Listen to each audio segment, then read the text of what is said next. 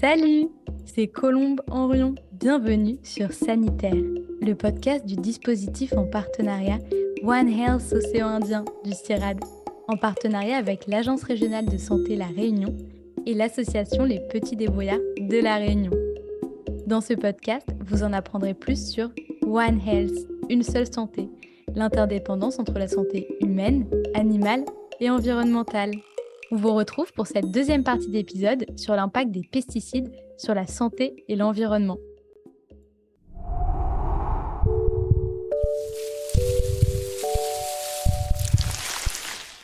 Dans la première partie d'épisode, nous avons vu que les pesticides pouvaient nuire à la santé humaine, animale et environnementale. Maintenant, nous allons voir les solutions proposées par les pouvoirs publics, les chercheurs et également les médecins. Pour cela, nous retrouvons Michel Duru, agronome, directeur de recherche et chargé de mission à l'INRAE, Institut national de recherche pour l'agriculture, l'alimentation et l'environnement, basé à Toulouse. Rebonjour Michel.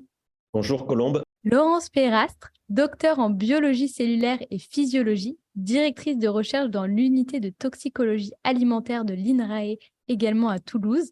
Rebonjour Laurence. Rebonjour Colombe, bonjour à tous. Et Rémi Mazurier, médecin généraliste à Strasbourg et membre de l'association Alerte des médecins sur les pesticides. Rebonjour Rémi. Bonjour. Avec une inflation de 12% sur un an, selon l'INRI, les dépenses alimentaires auraient baissé de 9% en moyenne, voire jusqu'à 10% dans les enseignes bio. Des prix qui augmentent, un pouvoir d'achat qui diminue et une part de plus en plus faible accordée au budget alimentaire. Est-ce possible de consommer des aliments bons pour notre santé et respectueux de l'environnement tout en se tournant vers des prix abordables? Rémi Mazurier. Alors, je n'ai pas toutes les réponses à cette question.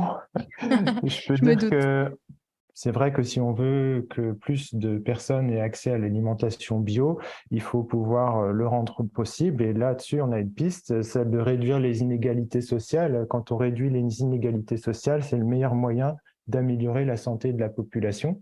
Je prends l'exemple de Strasbourg, la ville où j'habite.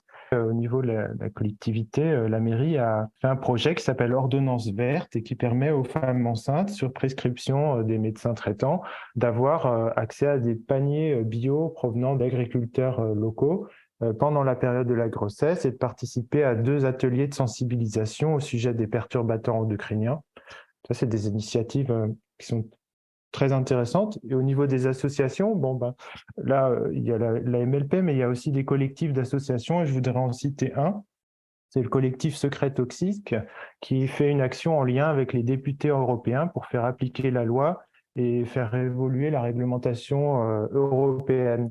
Parce qu'on voit que si on veut résoudre les problèmes liés à la santé environnementale, on ne peut pas uniquement reposer sur des comportements individuels. Il faut qu'il y ait une responsabilité et une volonté politique. Donc, parce qu'on constate en tant qu'association que les faits scientifiques ne sont pas toujours suivis d'actions politiques. Et du coup, une des solutions qui en découle, c'est d'agir dans les urnes. Ça, c'est quelque chose que je ne peux pas m'empêcher de dire là. Après, c'est sûr qu'en tant que médecin, on recherche toujours l'application du principe de précaution. Mieux vaut prévenir que guérir. C'est toujours moins coûteux pour l'individu et la société d'agir comme ça.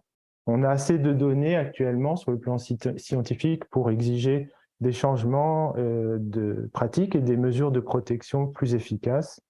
Et je voudrais par exemple citer une seule action politique très simple qui serait facile à mettre en œuvre. C'est suite à une étude qui s'appelle GeoCap Agri. En fait, il y a eu une mise en évidence de surrisque de leucémie aiguë chez l'enfant lorsqu'il réside à moins de 1,5 km des vignobles. Et donc là, on voit que c'est très difficile de se battre contre un lobby viticole qui tient à ces pratiques, mais par contre, on pourrait, sur décision politique, sanctuariser les écoles, démarrer par les écoles pour faire une prise de conscience. Ça ne changera pas tout le problème de santé publique, mais au moins les écoles, faire une zone tampon en exigeant l'agriculture biologique ou l'absence de culture dans un rayon de plusieurs centaines de mètres autour de chaque école en France.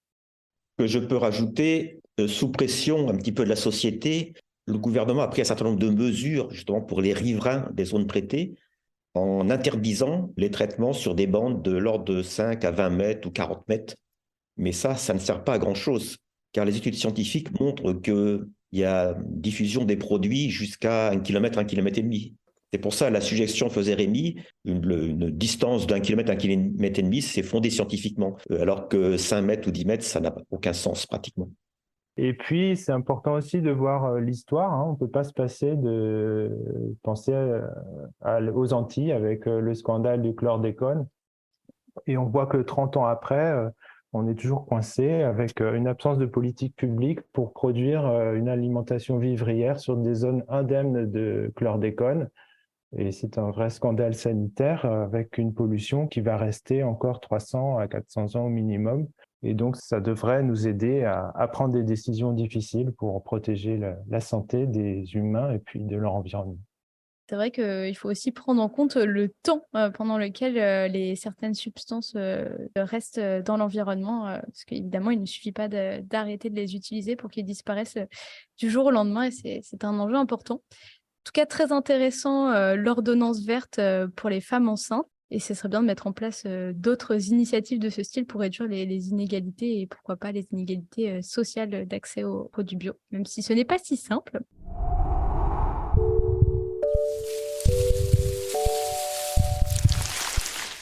D'après le ministère de l'Agriculture, 13% des fermes en France pratiquent justement cette agriculture biologique.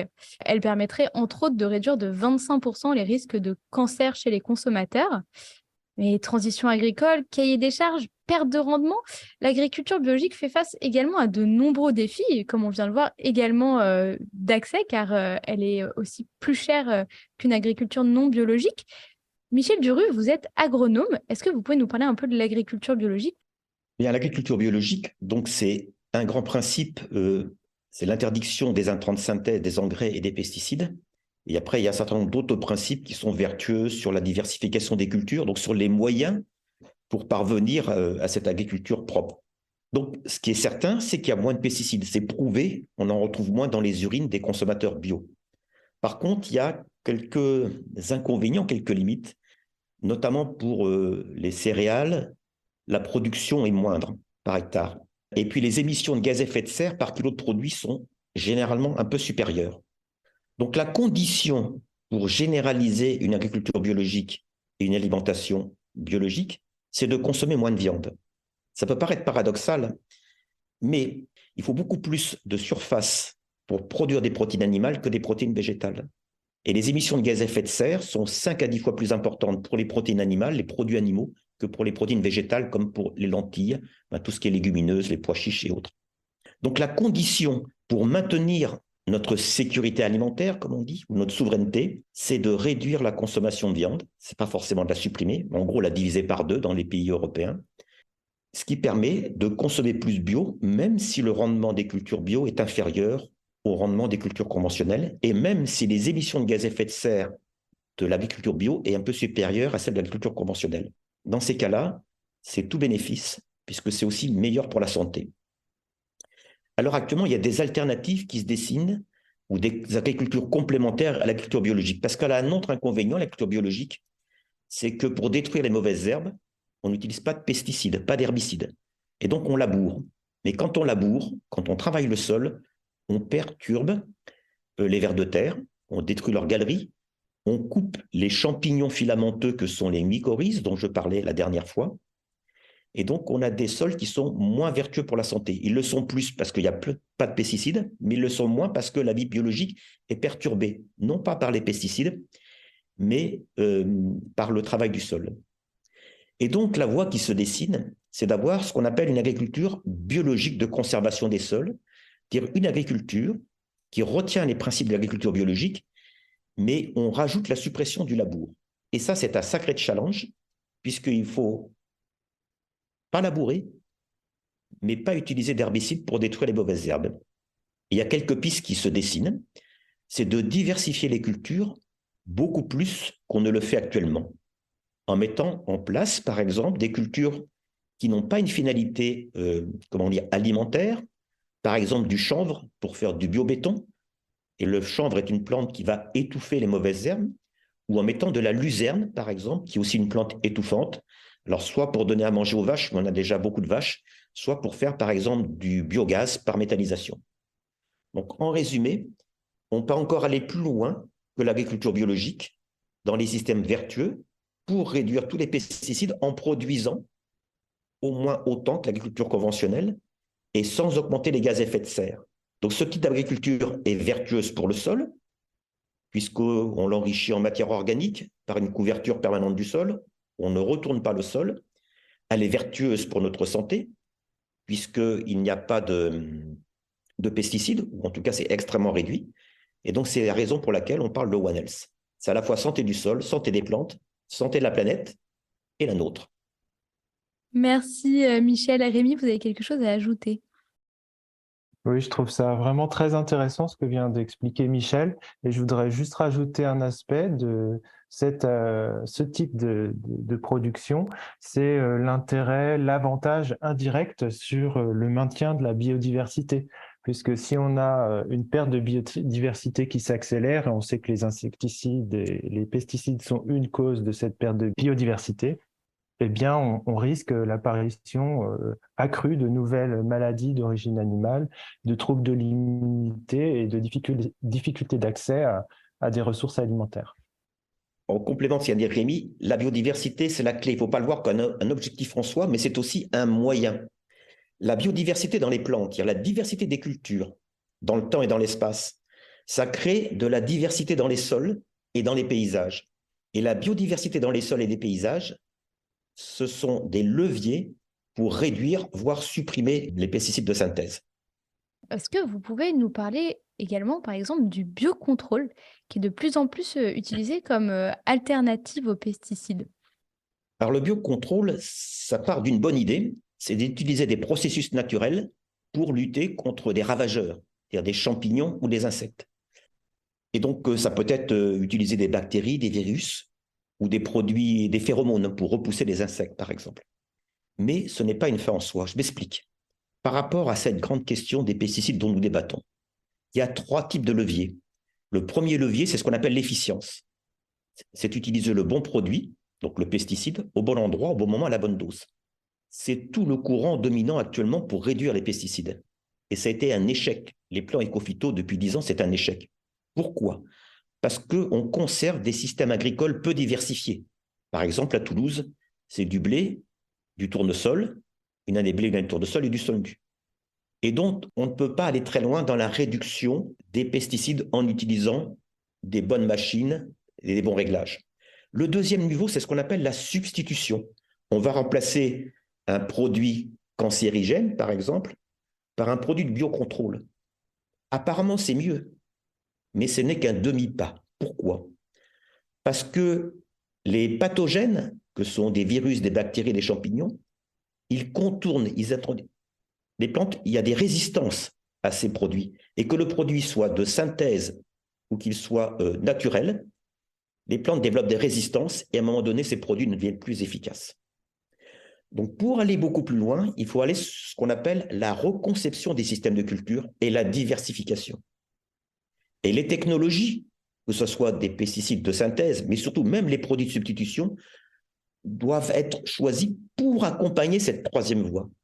Mais actuellement, la voie choisie, c'est la voie 1, c'est l'efficience. On reste sur des systèmes simplifiés, on réduit les doses, où on change le produit quand il est jugé dangereux, on remplace le produit A par un produit B qui s'avère aussi dangereux 10 à 15 ans après, ou bien on utilise le biocontrôle, mais sans changer fondamentalement les systèmes de culture. Donc, si on veut réduire drastiquement ou supprimer les pesticides, on n'a pas d'autre choix que diversifier les systèmes de culture en allant très loin, c'est-à-dire en produisant éventuellement des plantes qui ne sont pas d'intérêt alimentaire, mais qui sont d'intérêt pour l'énergie ou pour faire des biomatériaux. Et ensuite, on applique éventuellement les technologies pour l'efficience, donc les bonnes machines pour bien régler les produits, biocontrôle ou pas, et le biocontrôle. Mais c'est la biodiversité d'abord, les technologies après. Un système à repenser et reconstruire si on veut réussir à limiter l'utilisation des pesticides. Tout à l'heure, vous avez également parlé du fait qu'il faudrait réduire idéalement sa consommation de viande d'élevage pour se tourner vers des légumineuses afin de destiner plus de champs à l'agriculture et à l'agriculture notamment biologique. On entend de plus en plus parler de viande cellulaire. Est-ce que vous pouvez nous expliquer brièvement ce que c'est La viande cellulaire, c'est de la viande sans élevage. Et on part de cellules animales et dans des fermenteurs avec adjonction de sucre et d'autres produits, on arrive à fabriquer de la vraie viande. Donc actuellement, c'est même opérationnel dans certains pays. Alors ça coûte très cher. Alors bien sûr qu'en développant, on va réduire les coûts, mais ce qu'on ne sait pas, c'est finalement le bilan environnemental. La quantité d'énergie nécessaire est importante et en termes de nutrition, c'est sûr que les protéines seront en quantité suffisante et de qualité, mais dans la viande, il n'y a pas que des protéines, il y a des antioxydants, il y a des vitamines. C'est pas sûr qu'on sache le reproduire. Mais en amont de cela, ce qu'il faut savoir, c'est qu'en Europe, et en France en particulier, nous consommons 30% de protéines en trop. Donc la solution, ce n'est pas de créer de nouvelles sources de protéines, c'est déjà de réduire la viande et d'augmenter un petit peu la quantité de légumineuses consommées. Je m'explique. Les légumineuses comme la lentille, le pois chiche, c'est 5 à 10 fois moins d'impact environnemental que la viande. Et en plus, c'est des espèces qui captent l'azote de l'air, donc qui sont vertueuses pour la santé des sols. Et qui, du point de vue nutritionnel, apportent des fibres et des antioxydants que n'apportent pas les viandes. Donc, avant de faire une révolution apparente avec de la viande cellulaire, consommons moins de viande et un petit peu plus de légumineuses. Et les légumineuses, c'est vertueux pour les sols et l'environnement.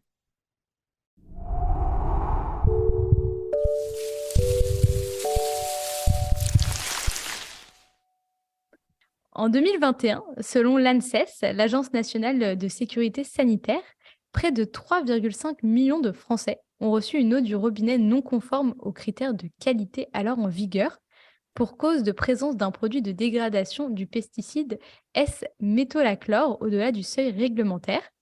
Récemment, Marc Fesneau, le ministre français de l'Agriculture et de la Souveraineté alimentaire, a demandé à l'ANSES de revenir sur l'interdiction de cet herbicide S-métolachlore, responsable d'une pollution quasi généralisée des nappes phréatiques.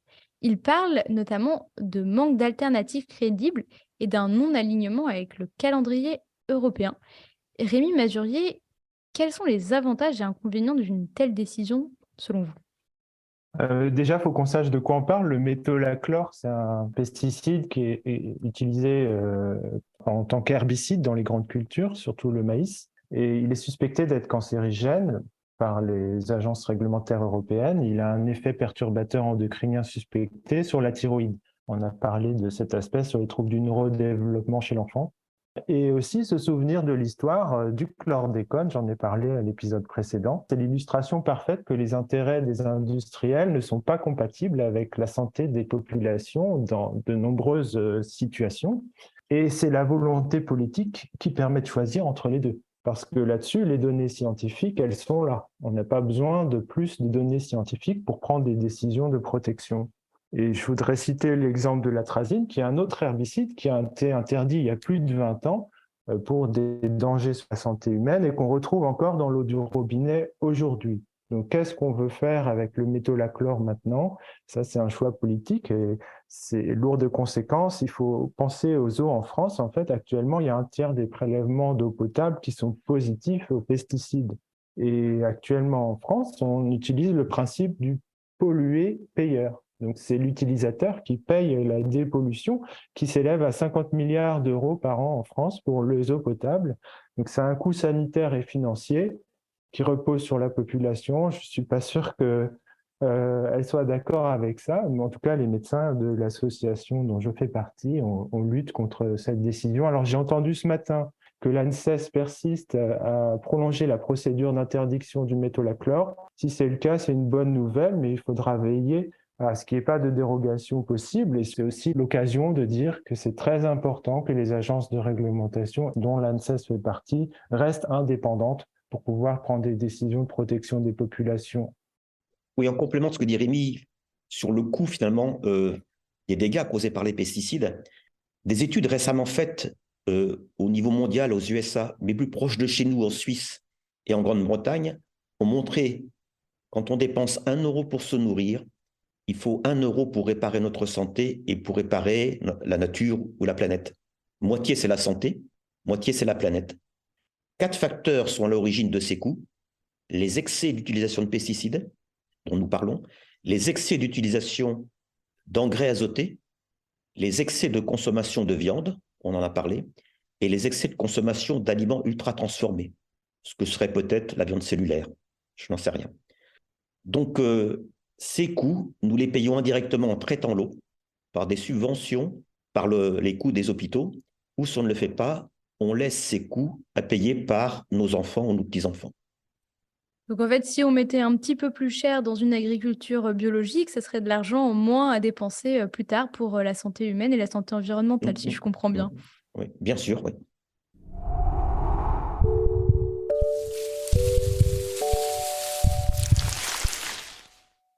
Maintenant, on va se tourner vers l'échelle européenne. Une agriculture sans pesticides chimiques en Europe est prévue d'ici 2050, très ambitieux, avec un premier palier, les stratégies européennes de la ferme à la table et biodiversité, qui visent à réduire de 50% l'utilisation des pesticides d'ici à 2030. Concrètement, quelles sont les réglementations de l'Union européenne sur l'usage des pesticides et comment s'agencent-elles avec les dispositifs mis en place par la PAC, la politique agricole commune, Michel, toujours? Mais si on prend l'exemple de la France, ça fait 15 ans que l'objectif est de réduire les pesticides par 2, leur utilisation. Nous n'y parvenons pas. L'Europe, maintenant, dans Farm to Fork, affiche cet objectif. Mais les moyens pour y parvenir ne sont pas clairs. Je rappelle ce que j'ai dit tout à l'heure, si on veut vraiment réduire les pesticides, ce n'est pas une question simplement d'interdiction ou de bien régler les machines. C'est une question de biodiversité. Donc, tant qu'on n'a pas des politiques qui soutiennent une grande diversification des cultures pour accroître la diversité dans les sols et dans les paysages, on ne parviendra pas à l'objectif. Donc, Farm to Fork, ce n'est pas clair. Mais la PAC, donc la politique agricole commune, donc qui apporte des compléments de revenus aux agriculteurs pour être compétitifs sur le marché mondial, comporte un premier pilier où ce sont des aides qui sont à l'hectare, des forfaits, il n'y a pas trop de conditions, où il y a un deuxième pilier avec des aides qui sont conditionnelles, mais ce n'est pas, franchement, d'après l'avis des scientifiques, ce n'est pas à la hauteur pour parvenir à diviser par 2 l'utilisation des pesticides. Donc, je fais partie des chercheurs qui sont un petit peu réservés, non pas sur les objectifs qui sont tout à fait louables, mais sur la volonté politique pour parvenir à cet objectif qui est louable. Oui, donc tant que nous ne reverrons pas nos systèmes agricoles, nous aurons sûrement du mal à se passer de pesticides, d'après ce que vous nous expliquez.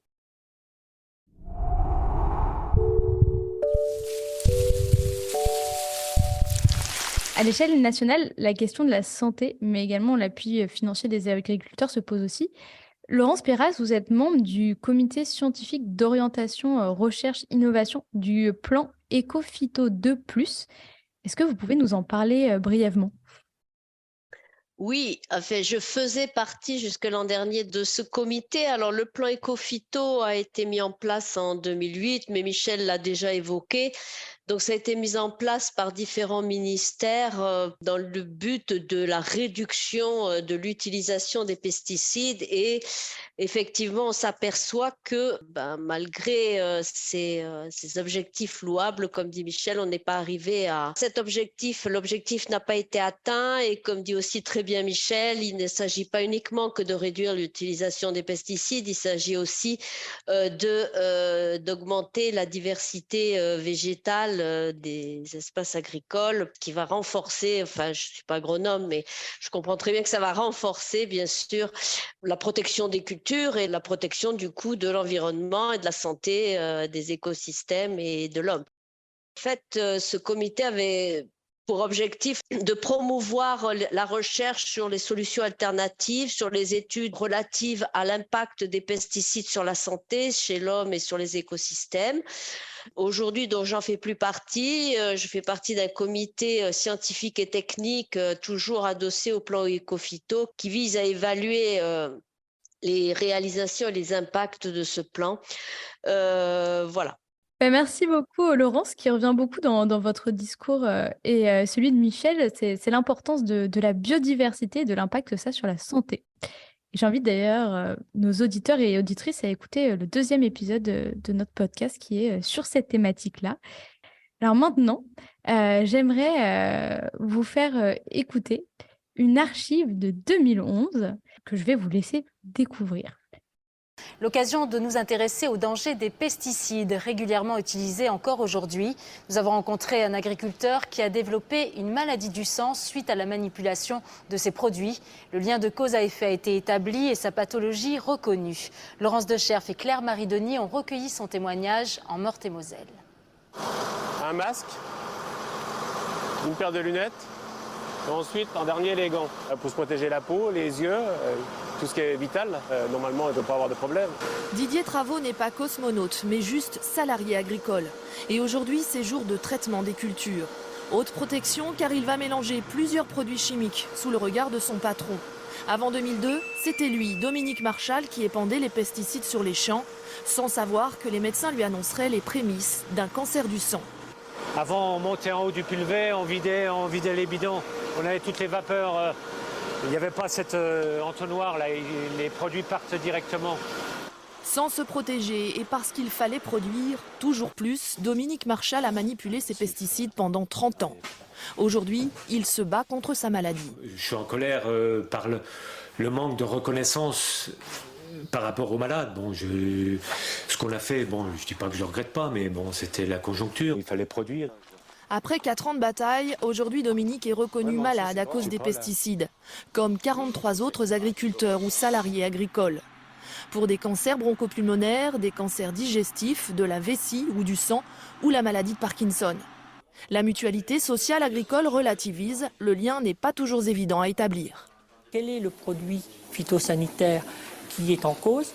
Quelle est la dose d'exposition? Quelle est la durée limite d'exposition à ces produits phytosanitaires? On n'a pas de données scientifiques très importantes dans ce domaine qui nous permettent de dire voilà.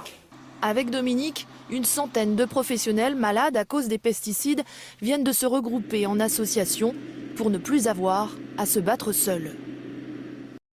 Alors, Rémi Mazurier, vous travaillez donc pour l'association Alerte des médecins sur les pesticides.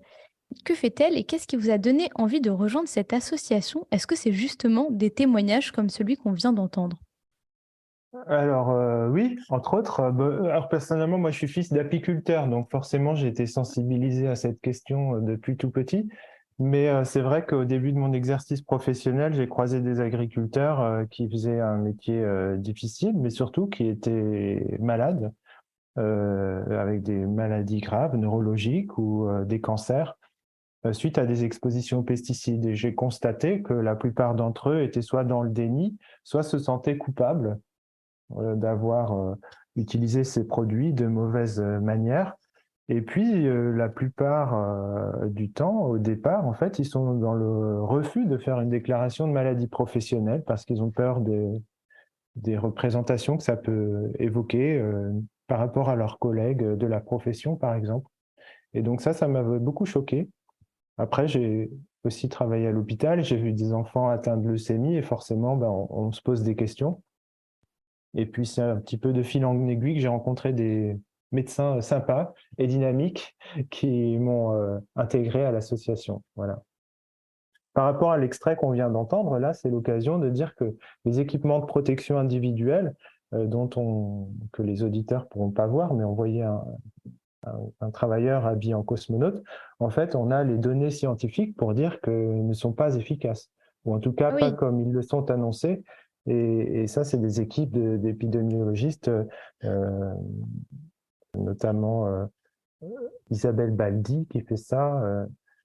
J'ai oublié son collègue du nord de la France qui gère... Pierre Le Bailly.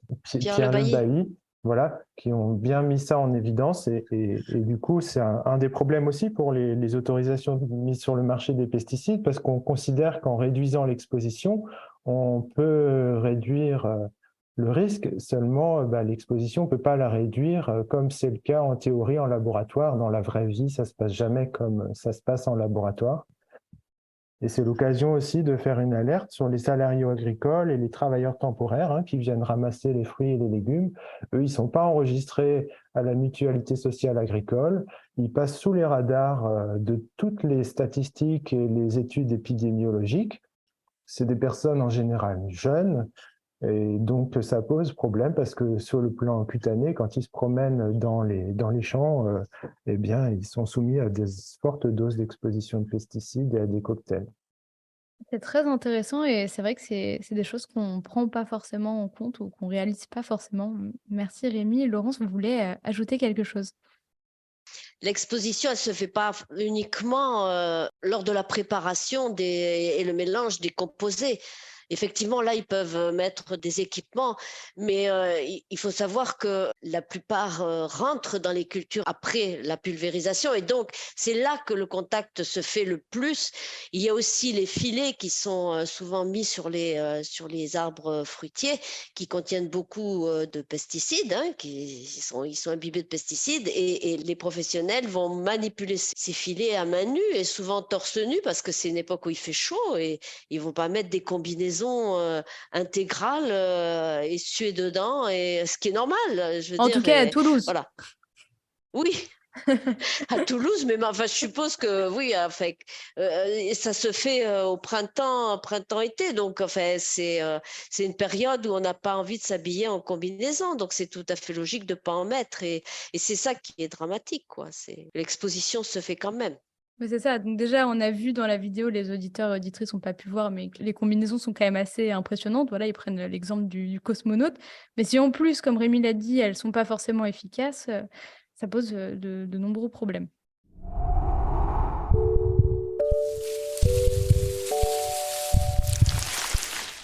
Tout au long de cet épisode, nous avons vu l'impact néfaste des pesticides sur la santé environnementale. Tout à l'heure, nous avons parlé pas mal d'agriculture biologique et évoqué les labels. Il y a aussi le Planet Score ou la haute valeur environnementale. Que doit-on penser de ces indicateurs et comment les consommateurs peuvent-ils tracer l'impact environnemental des aliments qu'ils consomment? Michel Duru. Et c'est une question compliquée. Donc pour le bio, c'est facile, parce qu'on interdit l'utilisation des pesticides de synthèse, donc au bout de 3, 4, 5 ans, il y en a beaucoup moins. C'est un label officiel. Un deuxième label officiel est émergé récemment, c'est le HVE, haute valeur environnementale. Une étude a été faite l'an dernier par un organisme officiel, l'OFB, l'Office français de la biodiversité. Et la conclusion de cette étude, c'est que ce label n'apporte pas grand-chose par rapport aux pesticides. Notamment dans le cas de la vigne, il fixe des limites pour justement les pesticides qui sont CMR, cancérigènes, mutagènes, reprotoxiques. Mais c'est déjà, ces pesticides sont soit interdits, soit vont l'être prochainement. Donc ils n'apportent pas grand-chose. Alors que c'est un label officiel. Le problème, c'est qu'il va donner droit à des subventions pratiquement équivalentes à l'agriculture biologique. Je rappelle qu'à l'automne dernier, cette proposition de label par la France a été retoquée par la Commission européenne. Donc, il y a eu des aménagements à la marge, mais ça ne va pas changer grand-chose et ça va tromper le consommateur parce que haute valeur environnementale, ça fait bien, mais ça sera moins bien que le bio, au moins du point de vue des pesticides. Il y a d'autres indicateurs en émergence autour d'un score environnemental. Vous connaissez tous le Nutri-Score pour évaluer la valeur nutritionnelle, et ça sera un petit peu équivalent. Donc, l'Eco-Score pour évaluer l'impact environnemental des produits, mais aussi une pizza d'un aliment. Là, c'est beaucoup plus complexe parce que l'impact environnemental d'un produit, c'est deux choses. Tout ce qui est négatif, par exemple, quand on cultive quelque chose, ça fait des gaz à effet de serre, mais il y a aussi des choses positives, y compris pour la santé. Et on sait très bien évaluer le négatif et mal le positif. Donc, il y a plusieurs expérimentations actuellement, une qui est menée par l'ADEME, et il y a une alternative sous l'égide de l'Institut technique de l'agriculture biologique qu'on appelle le Planet Score. Et la différence entre les deux, c'est que le Planet Score prend mieux en compte, a priori, les impacts positifs de l'agriculture sur la biodiversité. Donc, le bio s'y retrouve mieux. Parce qu'avec la version un petit peu première de l'Eco-Score, c'est plutôt l'agriculture intensive qui est gagnante. C'est un paradoxe, parce qu'on prend mal en compte justement l'effet des pesticides sur la biodiversité et la santé. Donc le champ est ouvert, mais ce que l'on sait, c'est que le consommateur regarde ces scores Et donc, ça oriente sa consommation. Et si ça oriente sa consommation, ça va orienter la production.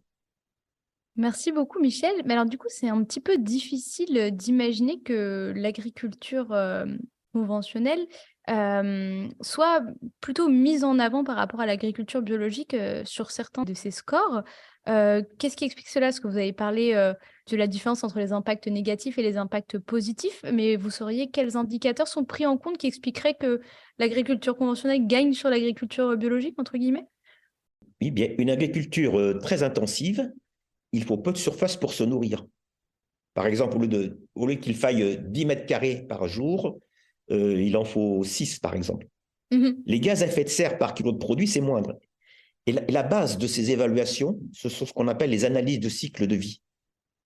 Qu'est-ce qu'on met, qu'est-ce qui ressort? Et donc, les émissions d'azote, les surfaces pour se nourrir, les quantités d'eau. Et l'agriculture intensive, par kilo de produit, est généralement plus efficace, plus performante. Mais par contre, ça peut dégrader la biodiversité, ça peut avoir une densité nutritionnelle des produits qui soit moins bonne. Mais comme c'est un mélange de torchons et de serviettes, c'est pas péjoratif ce que j'ai dit, ça veut dire que c'est complexe. Tout dépend de quels sont les critères qu'on prend en compte et quels coefficients on leur donne. Là, c'est vraiment des choix politiques. Il y a bien sûr des bases scientifiques, mais la science ne suffit pas. À un moment donné, c'est des choix politiques. Et ce qui est en train de se jouer actuellement sur les différentes expérimentations, ça va être le choix des variables et des coefficients qu'on va apporter à ces variables. Alors, au-delà des indicateurs environnementaux, qu'est-ce que nous pouvons faire en tant que consommatrices et consommateurs pour tendre vers une agriculture plus raisonnée en pesticides et donc plus respectueuse de la santé et de l'environnement? Est-ce que vous avez quelques conseils, Laurence Peyrastre? Pour améliorer les ventes, on va dire, de produits issus de l'agriculture biologique, c'est le consommateur qui a la main. Il faut que le consommateur accepte de manger des fruits ou des légumes qui ne sont pas forcément beaux, lisses, brillants. Il faut que le consommateur accepte qu'il peut y avoir des fruits et des légumes qui sont très bons, qui sont pauvres en pesticides, mais qui sont riches en micronutriments et tout ce qui est bon pour la santé, même s'ils n'ont pas une allure très, très frais, comparativement aux fruits et légumes issus de l'agriculture conventionnelle, où on voit vraiment des produits magnifiques. Il faut que les consommateurs réapprennent à ne pas juger le fruit sur son aspect, mais regarder donc d'où il vient, parce que c'est pas la peine d'acheter des fraises bio en plein hiver qui ont fait 10 000 kilomètres par bateau, par avion. Enfin, ça n'a pas de sens pour moi, puisque il faut manger du bio, mais il faut manger le bio qui est à proximité de soi, quoi, et des fruits et légumes de saison. C'est vrai que nous sommes très habitués à un certain calibrage, une certaine forme de fruits et légumes, et ça me fait penser à cette pub, les fruits et légumes moches, une belle idée contre le gaspillage, et c'est tout à fait vrai. Alors, dans la première partie de cet épisode, nous avons vu que les pesticides pouvaient avoir de nombreux effets délétères sur la santé humaine, mais également sur la santé animale et l'environnement. Et dans cette deuxième partie, nous avons constaté que plusieurs politiques publiques sont mises en place, aussi bien au niveau européen qu'au niveau national. Il y avait également des associations comme celle de Rémi, Alerte des médecins sur les pesticides, qui continuent à se battre pour des réglementations en faveur de la santé et de l'environnement. Et nous avons également abordé le besoin de transition vers des modèles agricoles à repenser pour pouvoir se passer de ces pesticides le plus possible, et de nombreuses autres alternatives. Donc, merci à tous les trois. Voulez-vous ajouter quelque chose? Oui, ce que je voulais rajouter, Céline Ray a fait récemment une étude prospective pour répondre à la question: une agriculture sans pesticides est-elle possible à l'échelle française, européenne? Et la réponse est oui, mais il y a deux conditions. L'une des conditions, c'est de réduire notre consommation de viande. Pourquoi? Sur les 28 millions d'hectares que nous avons en France, si on réduit l'élevage que je qualifie entre guillemets d'intensif, donc l'élevage qui consomme des céréales que nous pourrions consommer, on peut libérer 4 à 6 millions d'hectares sur les 28, en ayant toujours de l'élevage sur les prairies. Et sur ces 4 à 6 millions d'hectares, on peut faire des céréales bio qui vont moins produire, et on peut faire beaucoup plus de fruits et légumes, même si la production par hectare est moindre. C'est un changement radical. La deuxième condition, c'est bien sûr de réduire le gaspillage. mais on ne peut pas faire sans changer notre régime alimentaire. C'est moins et mieux de viande. Mais ça met en cause tous les acteurs du système alimentaire. Ça concerne le consommateur, mais vous voyez, tous les acteurs, les abattoirs, les éleveurs, l'agrofourniture, les laiteries, tout le monde est concerné. C'est pour ça que c'est compliqué.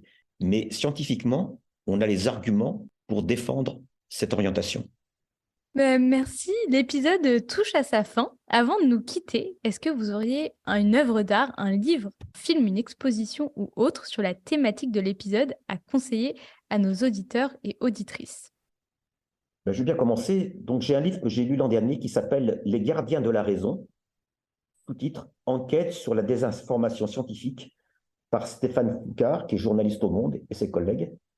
Donc, les problèmes des pesticides, la question est au cœur de cet ouvrage. C'est aussi ce qu'on appelle la fabrique du doute. C'est-à-dire comment, finalement, les connaissances scientifiques sont manipulées, déformées, pour maintenir le statu quo, entre autres, sur l'utilisation des pesticides. Je recommande vivement la lecture de cet ouvrage. Je voudrais parler d'un livre qui s'appelle « Le pouvoir de notre assiette », qui a été écrit par Solagro. Alors, je ne sais pas s'il faut le montrer. Non, ça sera que de l'audio. Donc, moi, je le verrai, oui, voilà. mais pas les auditeurs. Dans ce livre, en fait, donc Solagro propose une assiette qui dessine un avenir soutenable et possible.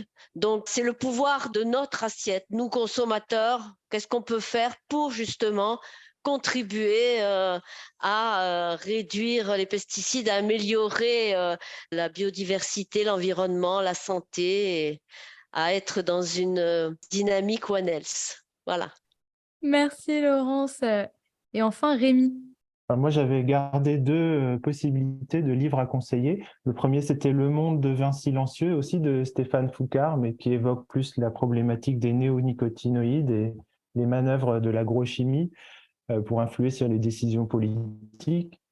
Mais pour sortir un peu des pesticides et élargir la réflexion, je voulais évoquer le livre qui s'appelle « L'invention de la nature », qui est écrit par Andrea Wulf aux éditions Noir sur Blanc et qui raconte les aventures d'Alexander von Humboldt au début du 19e siècle. C'est un aventurier qu'on connaît peu en France, qui a inspiré Darwin et les premiers écologistes, et qui a évoqué les premières fois les notions d'écosystème avec les problèmes sociaux et politiques qui sont liés à la question de l'environnement. On peut s'émerveiller avec lui devant les peuples différents et la nature. Et puis pour moi, c'est un peu la clé de continuer à s'émerveiller pour aborder l'avenir de façon plus positive.